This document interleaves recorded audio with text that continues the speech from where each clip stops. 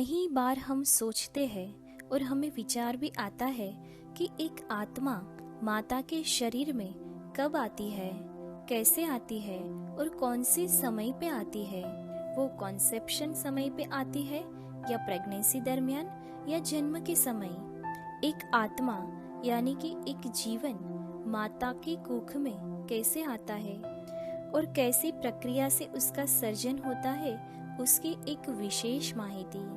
एक आत्मा यानी कि एक जीवन शरीर के साथ ऐसे ही नहीं जुड़ जाता, परंतु एक प्रोसेस यानी कि एक प्रक्रिया के द्वारा वो जुड़ता है।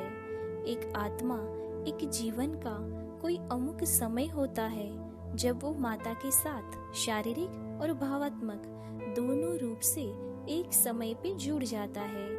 अगर वो समय पे उस आत्मा का, उस भ्रूण का माता के साथ भावात्मक रूप से सफल जोड़न शक्य नहीं होता है तो आत्मा आपो आप शरीर में से निकल जाता है और मिसकैरेज हो जाता है और बच्चा मरा हुआ पैदा हो सकता है। और कई बार माता अपने आप ही अबॉर्शन करने का निर्णय ले लेती है। एक आत्मा माता के शरीर के साथ तब ही जुड़ता है जब एक बच्चा और माता का कर्मानुबंध हो, ऋणानुबंध हो और माता और बालक का भावात्मक जोड़न शक्य हो, तभी जाके एक आत्मा माता के गर्भ में ठहरता है। और जब ये सारी बातें एक साथ जुड़ जाती है तो एक जीव का माता के कोख द्वारा इस दुनिया में अवतरण हो जाता है। जब कोई पति पत्नी गर्भधारण के लिए कोशिश कर रहे होते हैं तब माता का ओव्यूम और पिता के स्पर्म थकी दो छोटे सेल्स एक दूसरे के साथ जुड़ जाते हैं। उसके बाद वो छोटे छोटे सेल्स में से एक मांस का गोला तैयार हो जाता है। इस मांस के गोले को जीवन बनने के लिए और इस मांस के गोले से गर्भधारण होने में लगभग 40 से 48 दिन का समय होता है। तब जाके एक नए जीवन की शुरुआत होती है। ये जो 40 से 48 दिन का समय है उसके बीच में ही एक आत्मा माता के शरीर में प्रवेश करती है। कई सारे आत्मा ऐसे भी होते हैं जो 40 से 48 दिन के बाद माता के शरीर में प्रवेश करते हैं। अगर जो माता को मेडिटेशन की अमुक टेक्निक सिखाई जाए और थोड़ी ट्रेनिंग दी जाए तो एक माता ऐसे असाधारण आत्मा का प्रवेश महसूस कर सकती है और अनुभव कर सकती है।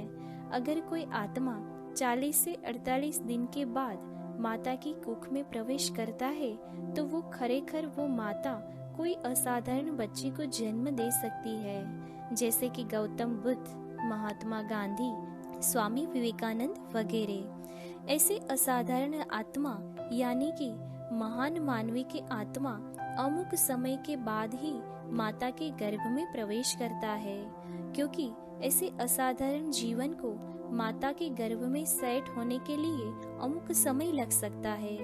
कोई भी कारणसर जो आत्मा 40 से 48 दिन के बीच में माता के गर्भ में प्रवेश ना करे तो समझ लेना चाहिए कि आप एक असाधारण आत्मा को जन्म देने वाले हैं, क्योंकि हर एक सामान्य आत्मा 40 से 48 दिन के बीच में माता के शरीर में एक भ्रूण स्वरूप से प्रवेश कर लेता है।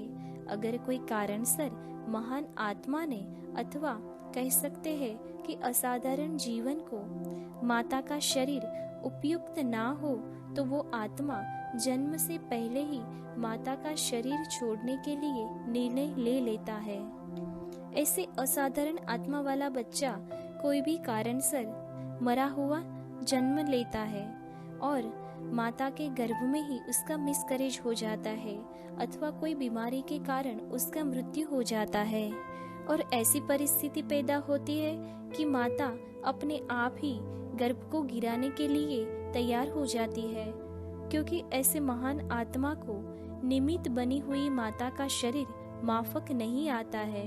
ऐसे महान आत्मा ऐसी माता की खोज में होते हैं जिसके साथ उसके आत्मा के तरंगों, उस आत्मा की एनर्जी, उस आत्मा के भाव लागणी उसके साथ मेल खाती हो।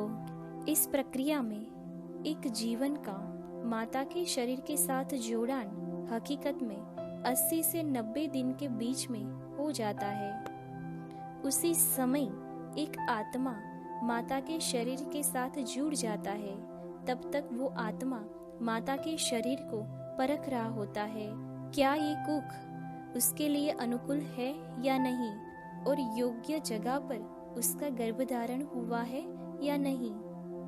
ये सारी प्रक्रिया जागरूकता के साथ नहीं होती, परंतु अनकॉन्शियसली अचेतन मन से प्रवृत्तियों के अनुसार देखते हैं कि गर्भ उसके साथ मेल खाता है या नहीं। एक आत्मा ऐसे ही माता का शरीर ढूंढता है जो उसकी एनर्जी के साथ मेल खाता हो, उसके तरंगों के साथ माता की तरंगे मैच होती हो।